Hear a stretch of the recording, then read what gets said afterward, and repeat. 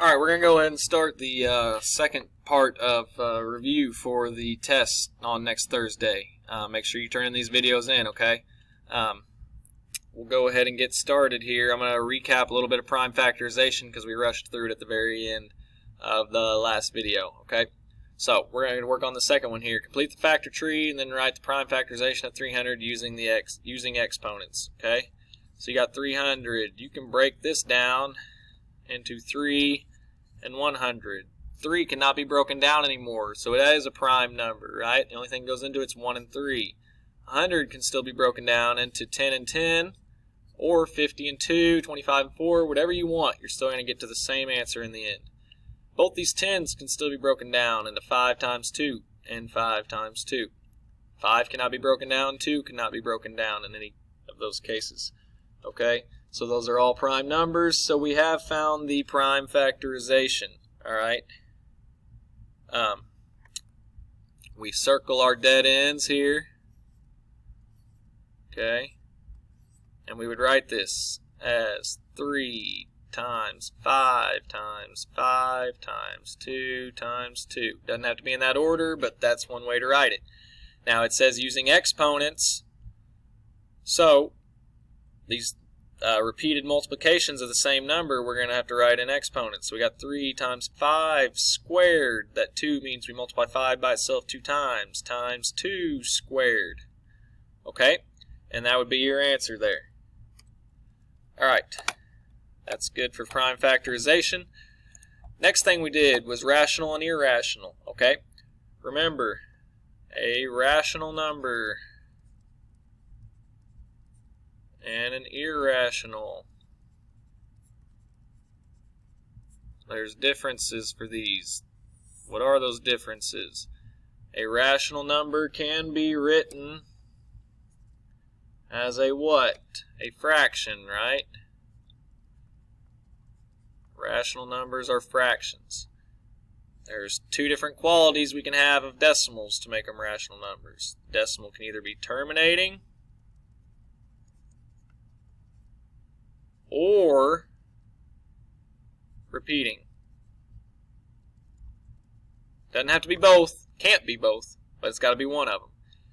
Irrational numbers are either they're both non-terminating and they do not repeat. And these cannot be written as fractions. Okay? So an example of an irrational number would be pi. It goes on forever and never repeats. Another one would be any perfect square, or any number that's not a perfect square. Any square root of a number that's not a perfect square. So an example of this would be something like 90. Okay? There is no perfect square of 90, so this is irrational as well. Alright? So, all of these are rational numbers here because they are all written as fractions, right? So they are obviously rational. Now it asks, choose terminates or repeats for each fraction. Okay? So you have to do the division. You got 7 divided by 15. Okay? 15 doesn't go into 7, so you got to add some zeros. How many times does 15 go into 70? Okay? It goes in 4 times. Alright, now this would be 60. You got 10 left over. Move that to 100. And you got 6. This would be 90. Okay? Again, you've got 10 left over. You got 100. Another 6. This would be 90. 10 left over. What do you notice is happening? This is 0.46 with the 6 is repeating. Okay, so that would be a repeating decimal. Next one, 3/15. Always make it easy on yourself. You can reduce this. What goes into both of these? 3 goes into both. 1/5. So now you got 1 divided by 5. Add some zeros. 5 goes into 10 2 times. And you're done, right? It's just 0.2. So is that terminating or repeating? Well, if you should start getting zeros, that's it. It's terminating. That's the stopping point. So that is terminating. Okay? Next one, 8/15. So we've got 8 divided by 15. Add some zeros. How many times does 15 go into 80? That goes in 4 times, sorry. We get 60. Now we got 20. How many times does 15 go into 20? That would be 1 time. Okay? You get 15. Now you got 50. How many times does 15 go into 50? That would be 3 times. You get 45. Now you got 50 again. 3 times. That'd be 45. You got 50 again. Okay? Now you notice here it's 0.413 repeating. So that is also a repeating decimal. Okay? Next one, 6/15. Again. Gosh dang it.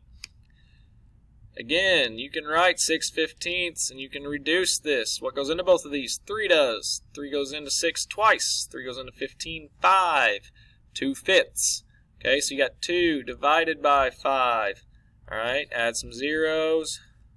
5 goes into 24 times, and that's evenly, so you are finished. It is 0.4, and it is terminating, because 0.4, and then it's just zeros from then on. So that's terminating. Alright? Okay. On the next quiz. We didn't actually have this quiz, but I'm going to go over it because it's what the lesson we just had was. This is dividing, multiplying and dividing rational numbers, fractions, decimals, all that. So it says a whale descends 382.5 feet in 45 seconds. Part A, write an expression that can be used to find the average elevation change of the whale during its descent in feet per second. First off, it says descends. So what kind of 382.5 is this? It's going down, so that would be negative 382.5. Okay? Again, it says feet per second. Remember, per means dividing, feet divided by seconds. Okay? So, the first part says an expression that can be used to find the average. We would take this 382.5, which is negative, feet, divide by how many seconds we have. 45. This is your expression for part A. Okay? Negative 382.5 divided by 45. Part B, if it changes at a constant rate, what is the change in elevation after 6 seconds? So first you have to find this. You have to figure this out. You got negative 382.5 divided by 45. Alright, does 45 go into 3? No. Does 45 go into 38? No. Does 45 go into 382? Yes. Alright, now you can do some trial and error. I'll go ahead and tell you that it is, let's see, 90, 180. That would be 8 times. Okay? And we get 360. Okay? Make sure you add your decimal. So now we've got 382 minus 360. Okay? That would get you 22. Now we got 225. Okay? And 45 does go into 225 evenly. That would be 5 times. Alright? So, you get 225, 0. This is your terminating decimal. And it is a negative divided by a positive, so your answer is every second this whale goes down by 8.5 feet. Every second. 8.5 feet per second. Negative 8.5. Now it says after 6 seconds, so you got to multiply it by 6. Okay? 5 times 6, 30. 6 times 8 is 48. Plus 3, 51. 1 decimal spot. And it would be, in 6 seconds, this whale would go down 51 feet. Okay? Alright. Now let's scroll down in this. And let's look at this one here. 4 submarines start at sea level, which is 0 meters. The table shows the change in position per minute relative to the sea level of 4 different submarines. So it already tells you the rate of change. It's 4.5 meters per minute, 6 2/5 meters per minute. After 8 minutes, what is the position of submarine D relative to sea level? So these are all per 1 minute. How are we going to find per 8 minutes? Okay. First off, we're looking at submarine D. Okay. and that is -3 3/4. Well, what are we going to have to do to this first? We're going to have to change it to an improper fraction or a decimal, one of the two. I'd recommend changing it to an improper fraction. So you got the wheel again. Remember, you've got 3 whole and 3/4 left over. So how many fourths are in 3 whole? You take 3 times 4, you get 12. You got 3/4 left over. You get a total of 15/4. Okay? Now you take this -15/4. This is the rate after 1 minute. We want after 8 minutes. So you would multiply this by 8/1. Okay? So, a little trick. You can reduce up and down. Nothing reduces up and down in these. You can also reduce diagonally. Okay? You can never reduce side to side. But diagonally, we've got something here. 4 goes into both 4 and 8. So 15 times 2, -15 times 2 would be -30. 1 times 1 would be 1. So, after 8 minutes, this submarine goes down 30 meters. Okay?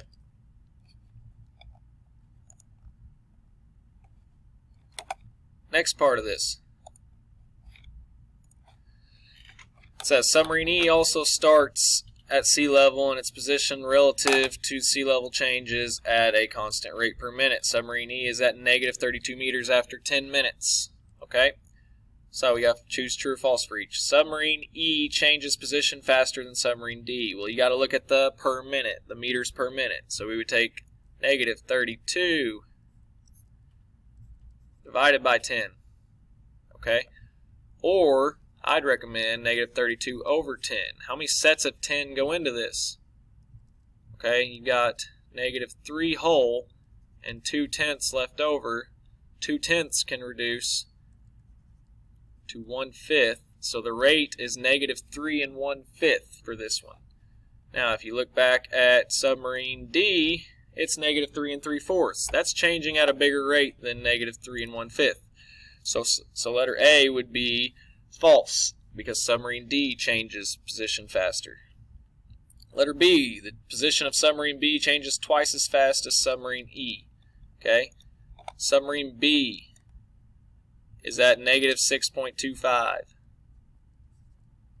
Or -6 2/5, I'm sorry. -6 2/5. Okay? Well, is that twice -3 1/5? Yes, it is. You can do that on your own if you want. Okay? Next one.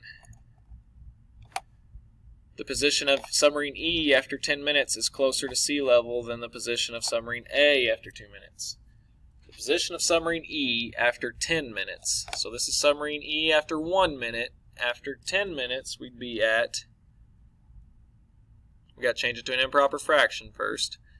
Okay, so we can change it back to 32 over 10. Multiply it by 10 minutes.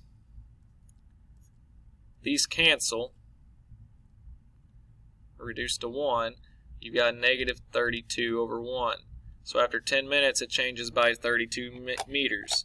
The position of submarine E after 10 minutes is closer to sea level than the position of submarine A after 2 minutes. So submarine A is at -4.5. Okay? So, first off, let's clean this up. We found it's -32 after 10 minutes for submarine E. Submarine A is -4.5. Okay, so you can change this to an improper fraction. You get -9/2. Okay, times 10 minutes. Cancel. 1, 5. You get -45 over 1. So which one is closer to sea level? Submarine E is closer to sea level. So that'd be true. Okay? Last one I'm going to let you do on your own because we're running out of time. Okay? I didn't get in adding and subtracting rational numbers in this one. So I think what I'm going to do is actually post a third video just for you. Okay? You guys don't have to turn the third one in, but I would recommend watching it. Okay? It's going to help you. I promise. All right. Have a good weekend, and good luck on your test Thursday. See ya.